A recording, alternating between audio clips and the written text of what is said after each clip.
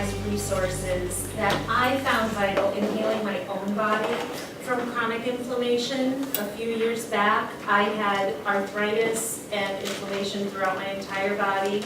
I also had Hashimoto's, which is an autoimmune thyroid disorder. The doctors told me that at that point, my arthritis was as a result of a virus that I got while I was traveling through food poisoning, and it triggered arthritis that cascaded into complete full body chronic pain. I had that for more than a year before I discovered what actually was causing it. At that point, the doctors did say it was permanent, and they gave me ideas for some things like Humira that I could do, but that wasn't really where I wanted to go with the whole thing, because there are a lot of other things that go on once you start pharmaceuticals like that. There are a lot of other risk factors. So I decided that if I did a lot of research, I knew I had heard of people that had healed their bodies of things, and I knew that there was a way that I could figure this out. So I did go and get certified as a plant-based nutritionist. I did do a lot of research on case studies of people that healed themselves of all different things. Autoimmune disorders, cancer. I've done interviews with a bunch of people that have healed themselves of cancer. So I'm amazed that that information isn't much more readily available to people. But my goal tonight would be that you would leave here with some resources maybe you didn't know about, or maybe reinforcing some things you kind of knew, and this will help you maybe make a leap into trying some new things. If you're not feeling chronic pain like I was, there still could be benefit here for you for preventing chronic pain, preventing autoimmune disorders, preventing inflammation. And inflammation is the base for most of the diseases in this country: heart disease, diabetes, cancer. So if we can get to the root of that and we can stop it in its tracks, that's going to go a really long way to just helping your body be its most vibrant. Okay, your body can do miraculous things. It just might need a little boost. So your body can come back from almost anything. I've seen people with debilitating issues that come back from it once they give their body the bandwidth it needs. Your immune system, think of it as having a certain bandwidth, okay? It can do a lot with that. But if it's running around after things it doesn't need to be running around after, like foods that it sees as invaders, or chronic stress that's depleting your system, things that it doesn't need to be working on, it can go after those things that are going on in your body, and it can help you to heal. So our immune system, we do want our immune system to cause inflammation for certain things, right? If you get a cut, you want that inflammation. You want those blood cells rushing there to fix that cut up, right? And kill germs. And if we get a fever, we want that fever. That's going to raise the temperature to kill things. But we don't want that heat chronically going on all the time. There are things we're going to talk about removing, things we're going to talk about adding in, and some additional things you can do that will get rid of inflammation for you.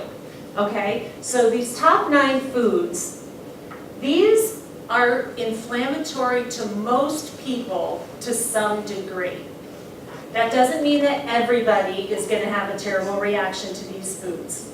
It means that most people have some kind of reaction.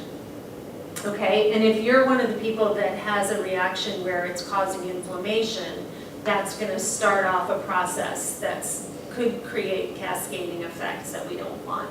But I eat these foods all the time and I feel fine. That's what a lot of people tell me the first time I meet with them, and we talk about the foods that I would like them to do a little bit of a cleanse on. So is your skin completely clear, no acne, rashes, or eczema? Because inflammation doesn't show up the same way for everybody. When I talk about food, a lot of time people think, well, I didn't have an upset stomach when I eat that, so it must not bother me. But the answer is that these foods often don't show up as digestive upset. A lot of times they show up as things you didn't expect. So Skin issues, and then do you wake up with a spring in your step? Do you have energy? The other, aside from healing my own body from the arthritis that I had and the chronic pain, my son was 18 years old. He was exhausted all the time. All of a sudden, he was doing fine, and all of a sudden, we noticed he was on the crew team. He couldn't keep up. He couldn't keep up when they did their runs every day. He was reduced stamina. He was exhausted. He was always sleeping. And I said, this isn't my kid. What's going on with him? Well, I took him for some testing. It turned out he did have full body inflammation.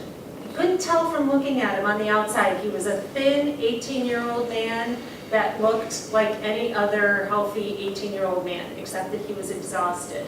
So the other way that inflammation can show up, if it's not visible on the surface, is just exhaustion and fatigue.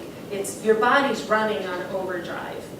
So are you at your ideal weight? This could be, you can have a very skinny person that's not at their ideal weight, and you can have an overweight person that's not at their ideal weight. You can, all shapes and sizes can be healthy or unhealthy. So it's really, are you comfortable in your skin?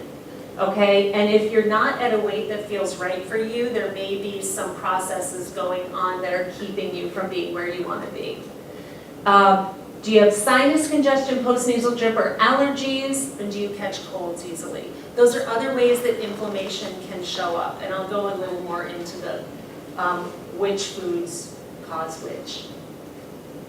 So again, these are just some of the things they show up as opposed to digestive issues, which is what most people think of when they think, wow, that food bothers me.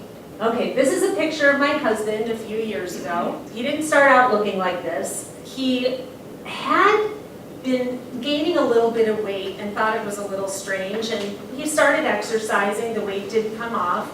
He was doing what he thought was eating a really healthy diet with artificial sweeteners, because he was trying to do no sugar, and he was trying to do low fat, and he was eating a lot of Triscuits and cheese because he thought that was a really healthy snack, because really there are almost no ingredients in Triscuits. It's wheat, it's oil and salt. So he said, but you tell me to eat like whole foods and there's nothing bad in there, and whole grains are so good for you.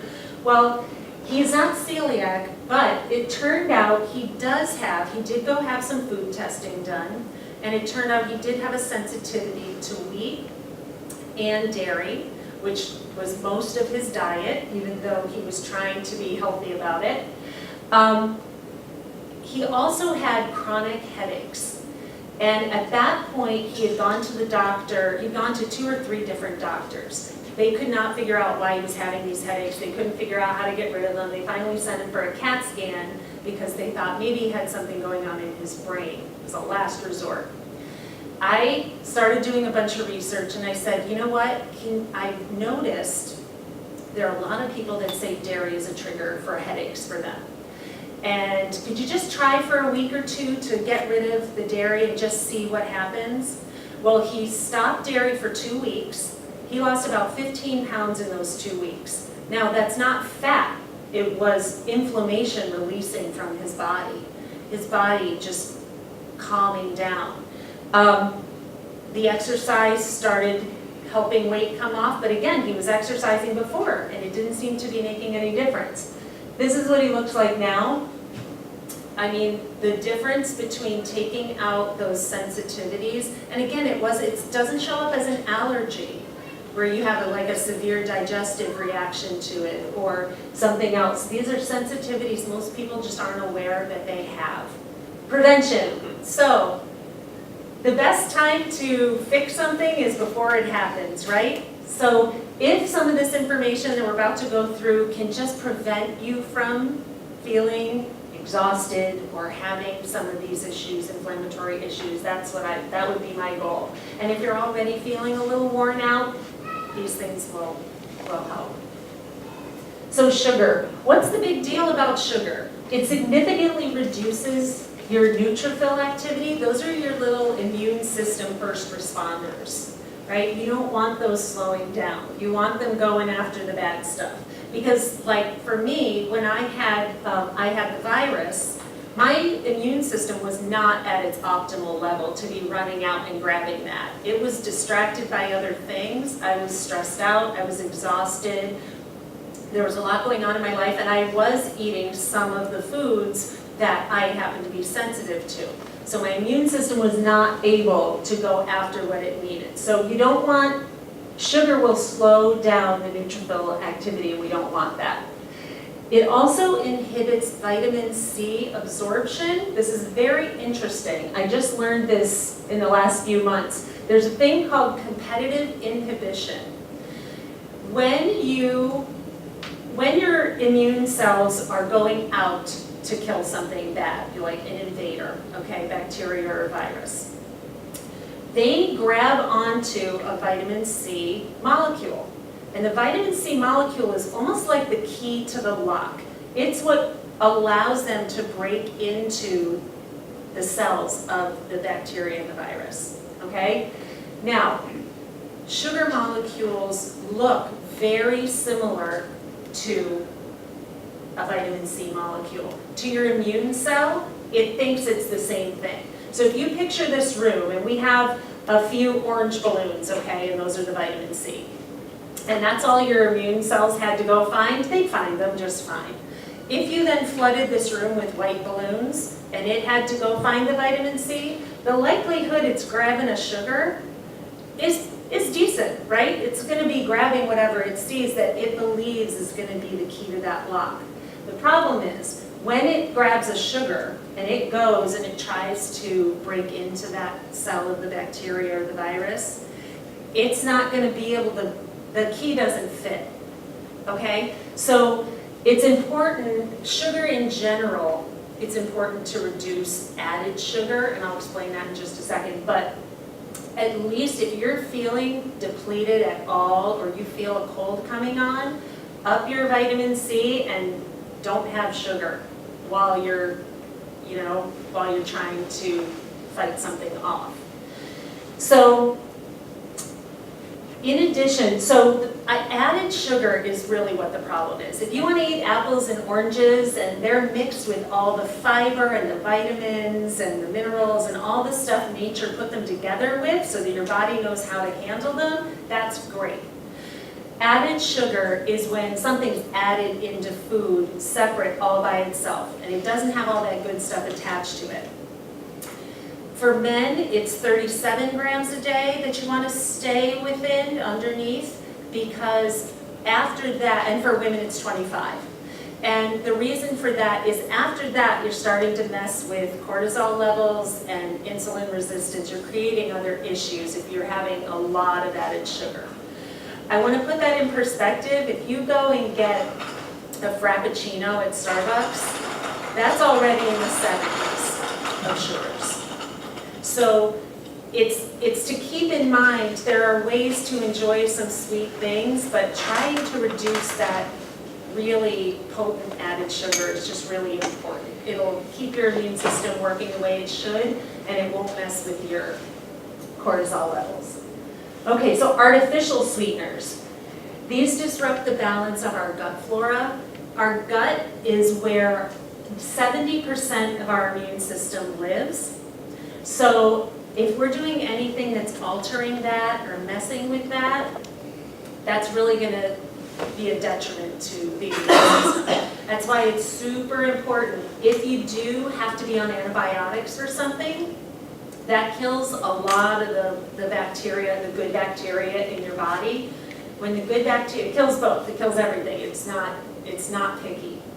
So you want to make sure that you're replacing the good bacteria by taking a really good probiotic. If you have to be on antibiotics, just go buy a good one and take the whole bottle to replenish. So it affects neurotransmitters also, which contributes to anxiety, depression, and stress. And the reason we don't want to be having anxiety, depression, and stress levels raised, right, is because that creates inflammation in the body on its own. Okay, when you're anxious, it's that fight or flight response that's going on. And when we have that fight or flight response going on all the time, the immune system doesn't get to rest.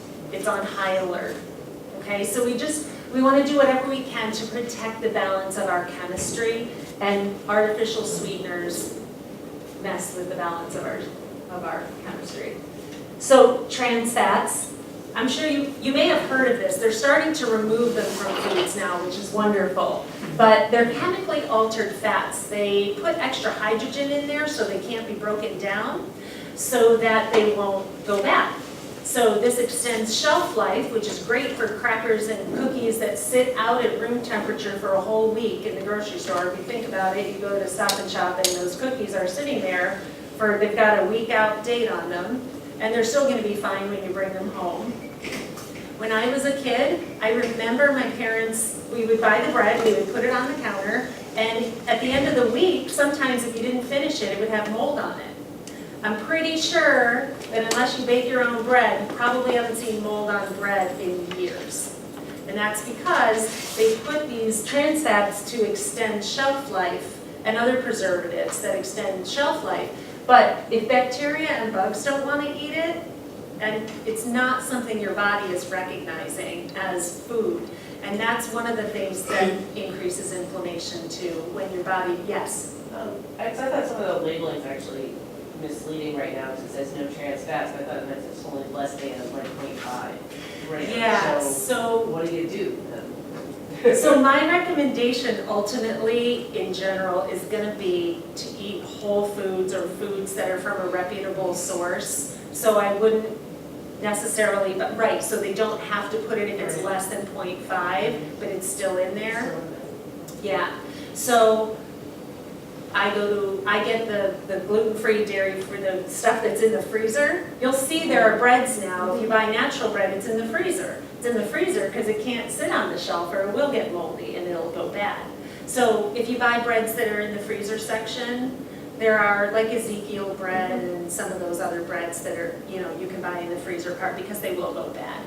Look for something that will go bad, right? Because that means that if it's going to break down, your body can break it down too. Your body knows what to do with it.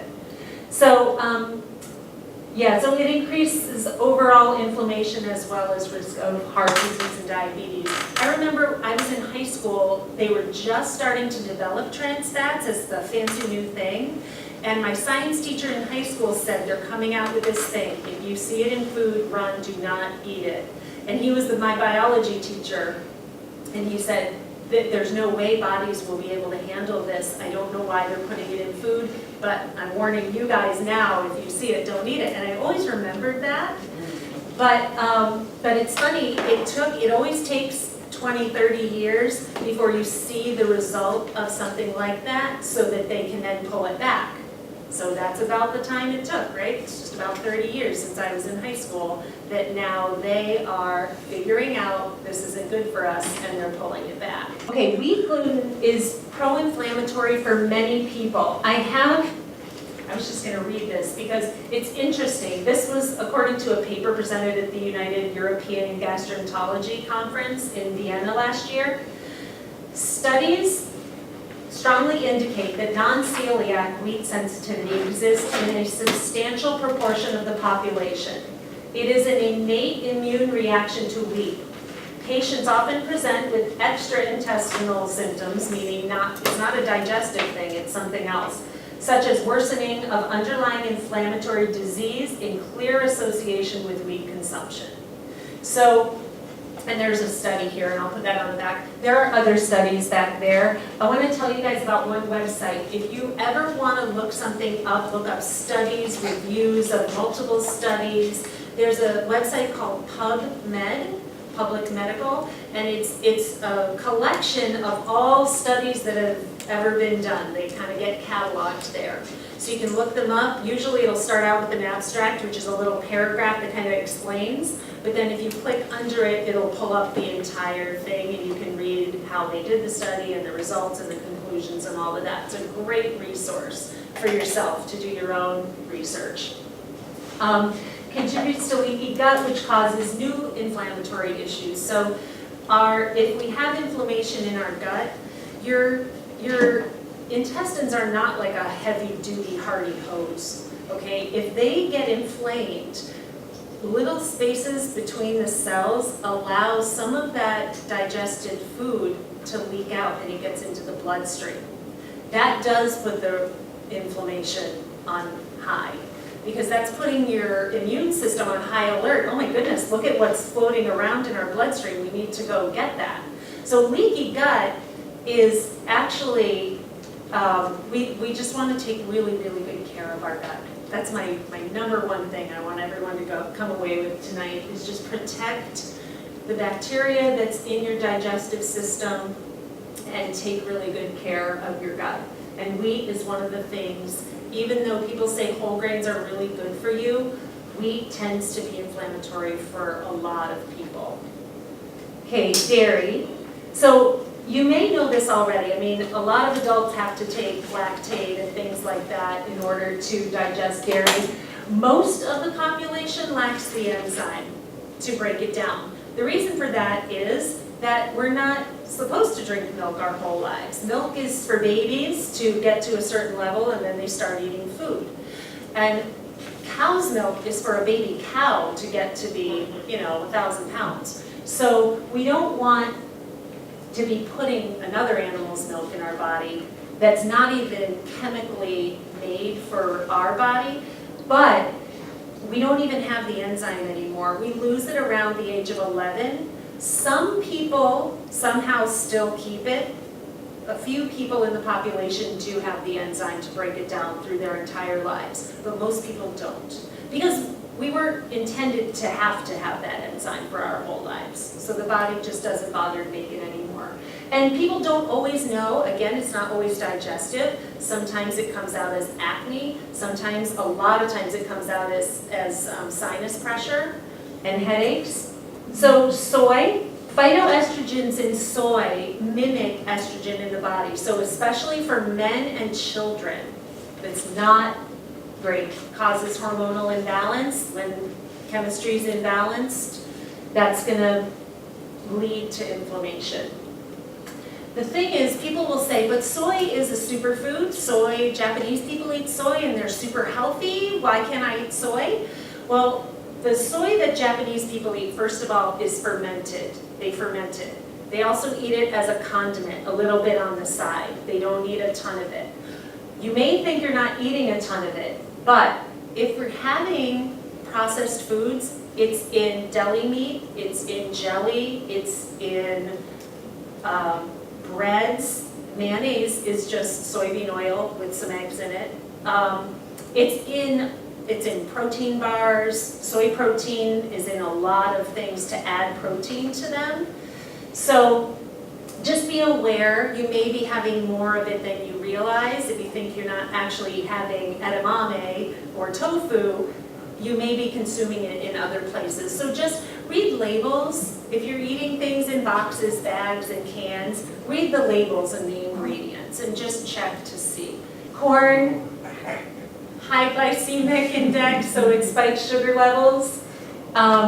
When it's eaten consistently, constantly. Again, you might think, well, but I'm going to have some organic corn on the cob from the farm. Once in a while, that's awesome. But we're probably, same with soy, consuming a lot more of it than we realize because it is in almost everything. Corn is the main ingredient in most cereals. It's a filler in meat. When they do processed meat, at the deli counter. It's a filler in cheeses sometimes. So it's in a lot of things that you may not be aware of, and that's where the overconsumption comes from. Almost done, and we'll get to the good things you can do to feel great instead of the things you should avoid. So eggs, I took them out. I took all of these out in order to reduce my inflammation. Took a few weeks, and after a few months, my body calmed down. But eggs, I can add back in. I'm fine with eggs. There are things that different people will be fine with. But to remove them all first, sort of an elimination diet, remove these. If you were to remove these all for 3 weeks, and then add one back in at a time with a couple days in between, you'd be able to tell if something rose to the surface. You'd be able to tell, oh, I did get a stuffy nose when I had eggs, and I didn't even think that could be related. So you'll be able to see if you take them out and add them back in slowly. And I have information on the back table on how to do the elimination. But again, a lot of people, they don't correlate it because it's not a digestive issue. It's either a skin issue or a sinus issue that they'll get from eggs. And peanuts, there's an aflatoxin mold, which is a mold that's on peanuts, because peanuts don't grow in a tree, they grow in a papery shell on the ground. And there are molds that kind of grow there because it's damp a lot of the time. That is not inflammatory for everyone, but for some people it is. So it's just, these are the 9 top foods. So if you were to start somewhere, these would be the 9 things to remove. So putting out the fire, now what you can add in that's going to go clean everything up and make you feel great. But I want to say one thing about the things to take out. There's a test called the FIT test, F-I-T, food inflammation test or food intolerance test. So these are not allergies necessarily that you will notice, but they're things you may be intolerant to that might be causing things to happen. So it's pretty easy to have done. You can go have it done. A naturopath will do it. You may have a regular doctor be able to do it as well. Just ask for the FIT test. And it takes 1 vial of blood. It will compare it, so you don't have to have the pricker things all over, which they do with like allergy testing. You can take 1 vial of blood, they'll test it against hundreds of foods, and then they give you a report, and the report is red to green. So it's, red, it'll show you wow, you're really responding to this food, and it might be something you never thought of. So for me, tomatoes are huge. But I love tomatoes, and I didn't think tomatoes could be a thing. Okay, but having some kind of testing to just see if you are feeling exhausted, if you are having skin issues, if you are feeling inflamed, having that done is probably a great idea because it's easier than the elimination, right? You can just look at the results and get an idea of different foods that might be causing issues for you. So green leafy vegetables, I always recommend those. They contain vitamins, minerals, fiber, antioxidants, promote growth of the good bacteria. The good bacteria likes it, the bad bacteria doesn't care. So you can boost your good bacteria with green leafy vegetables. All vegetables. Any vegetables, fresh vegetables that you can put on your plate are going to crowd out processed foods, right? So the more you can start with something like that, something whole that's not processed, you're going to crowd out the things that you don't want to have. Broccoli, not just broccoli, all cruciferous vegetables have sulforaphane, which is a super concentration of antioxidants and anti-inflammatory properties. So you've heard that cruciferous vegetables are good probably. That's because of this sulforaphane, which just goes around and cleans everything up. So you want antioxidants. They are what repairs damaged cells and eats up dead cells. You don't want them floating around in there. Blueberries, these are fun. You can have these anytime. High levels of anthocyanins. So again, these protect cells from damage. And quercetin, which protects from oxidative stress in the brain, which is great because that slows age-related motor decline and memory decline. And then, of course, they're mixed the right way with the sugar. They've got the essential minerals, vitamins, and fiber. Bone broth. If you feel achy or you have any joint pain or arthritis, bone broth is amazing because it has, if you've ever bought glucosamine chondroitin pills, okay, this has chondroitin and glucosamine naturally in it, and it's in a form that your body can absorb really easily. And it's very soothing to the digestive system as well. It's healing and rebuilding for the digestive system. You can purchase it or you can make it yourself. You basically cook a chicken or beef bones down until all of the collagen is removed from them. So you're doing it a nice long process, or if you have an Instant Pot, the pressure cooker pots, that'll do it a lot faster. You can do it in like 45 minutes. So you can get all of that collagen out of the bones, and that has the chondroitin, the glucosamine, and again, very soothing to the and reparative digestive system. Green tea.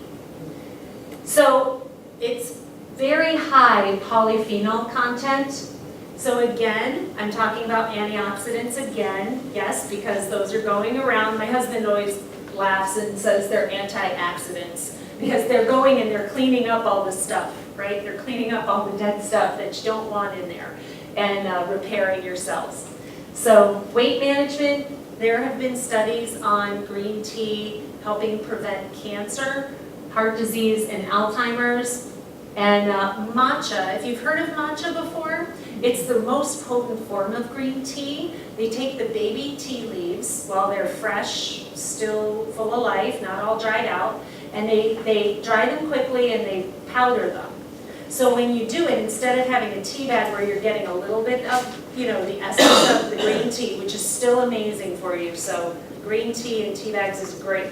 But matcha, you're getting the entire leaf, and you're getting it at a point where it's at its peak.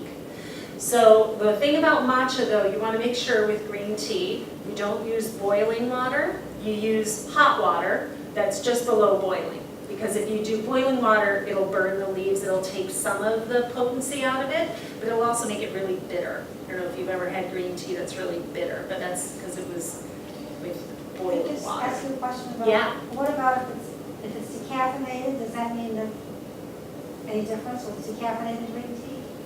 Or decaffeinated teas in general? Yeah, no, I think, you mean if they took out the caffeine? Right, does it affect the potency of the green tea? I don't think it does, no. And decaffeinated teas or caffeine-free teas in general are great.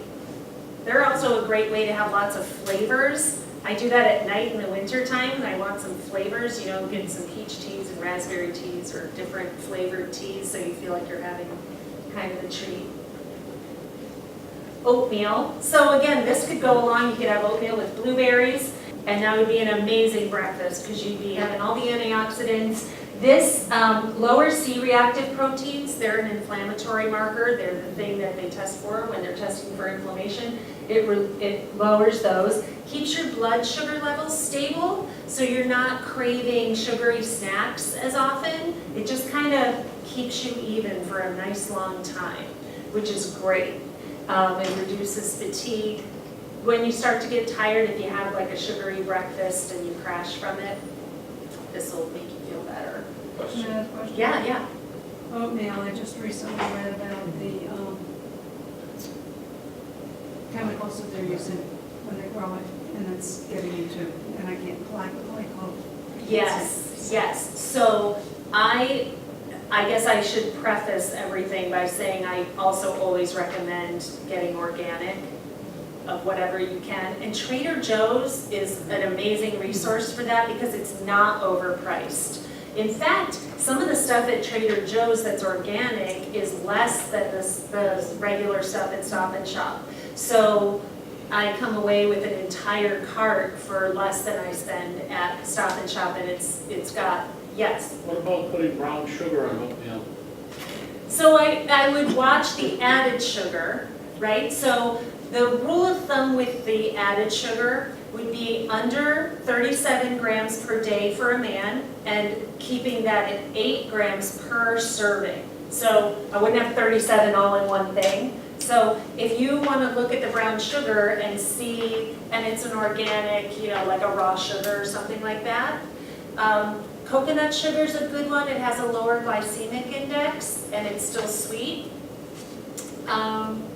Raw honey is amazing because that has so many benefits to it. Or if you can get an organic maple syrup and then watch the added sugar grams and just stick to the serving size that would keep you in the right grams of sugar.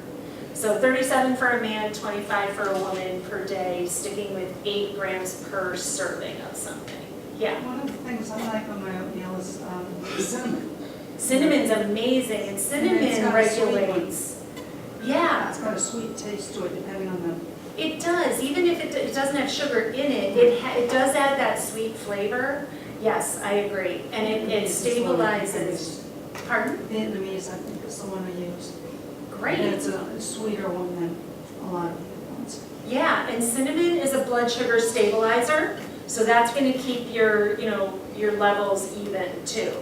So that's a great idea.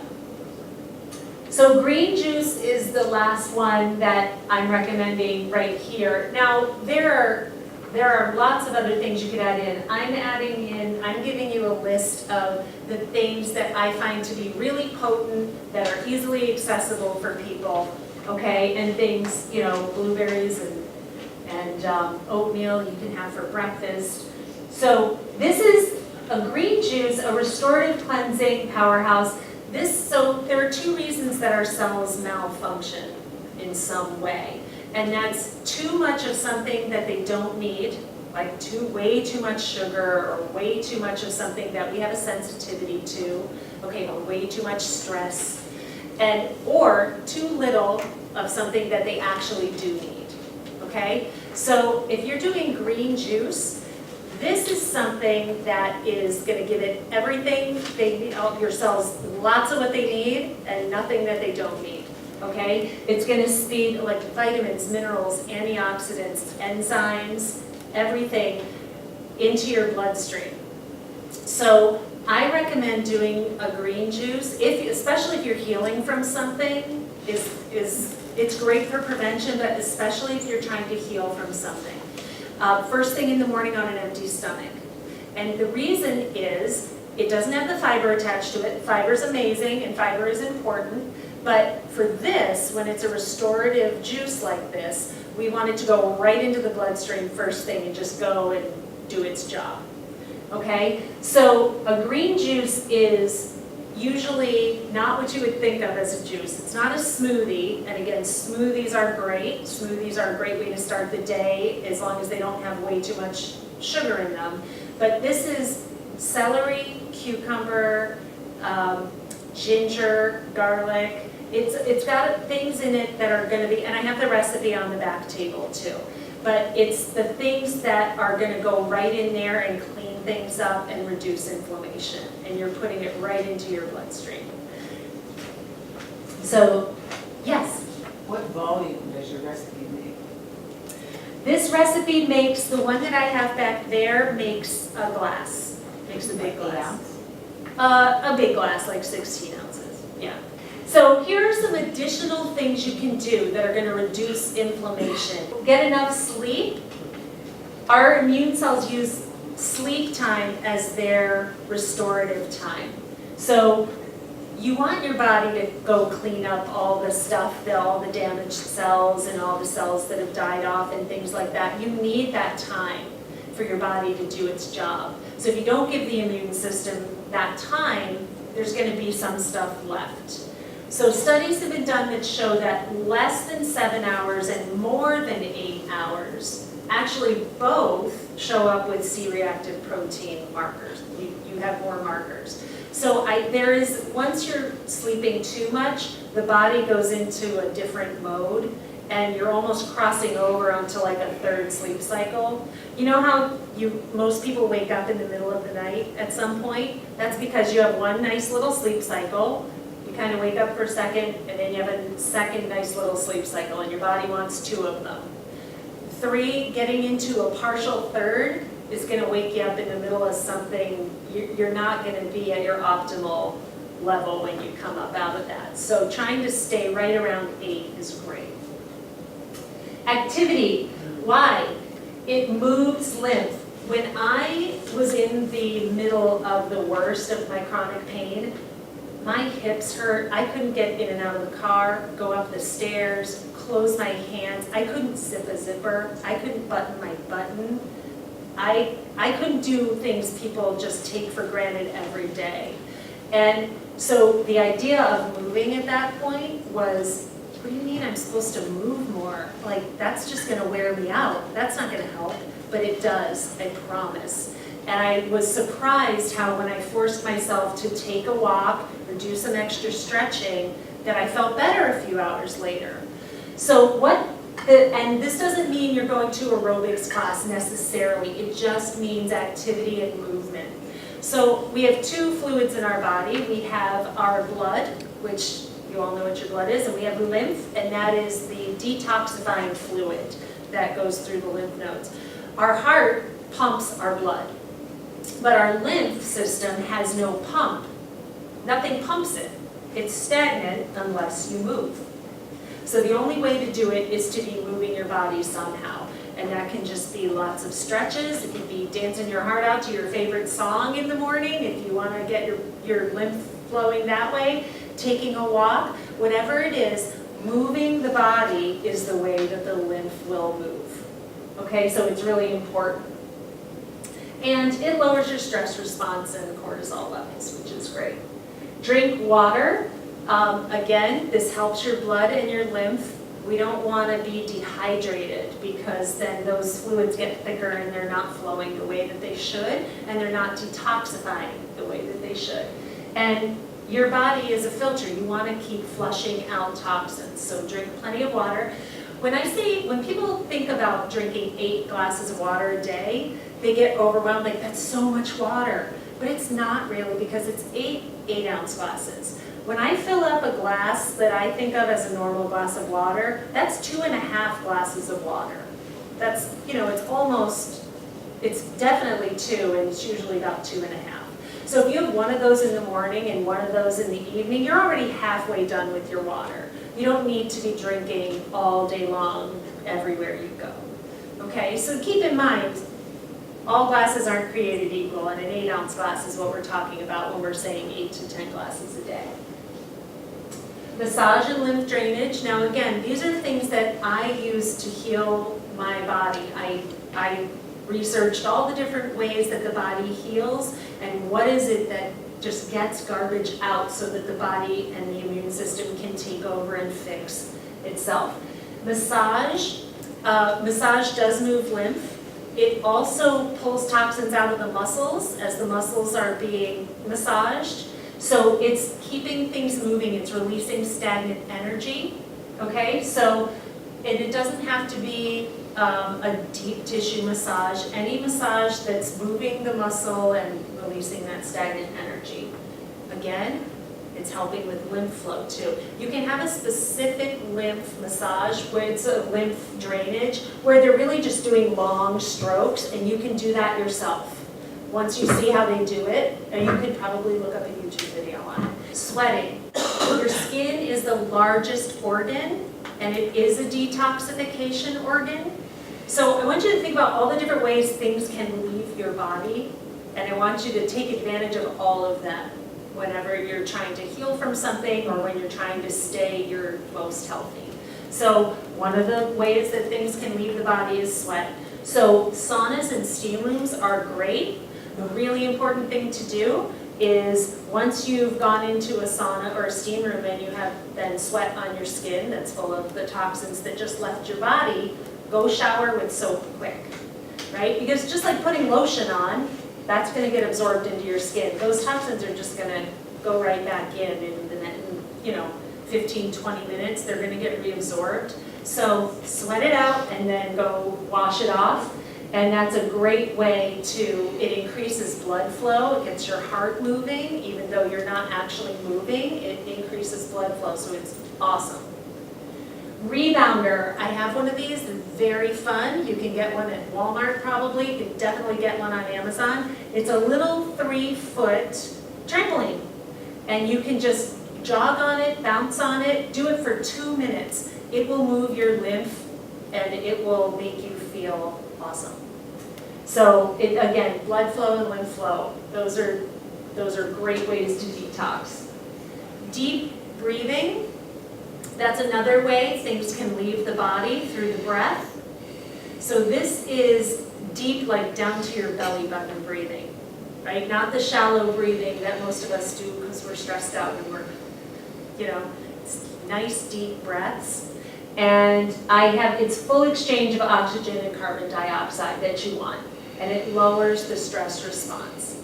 I have one exercise that I recommend, and this is also sort of almost, it's not a meditation, but it can recenter you in the middle of the day. You take a deep breath in, so it's called a box 5.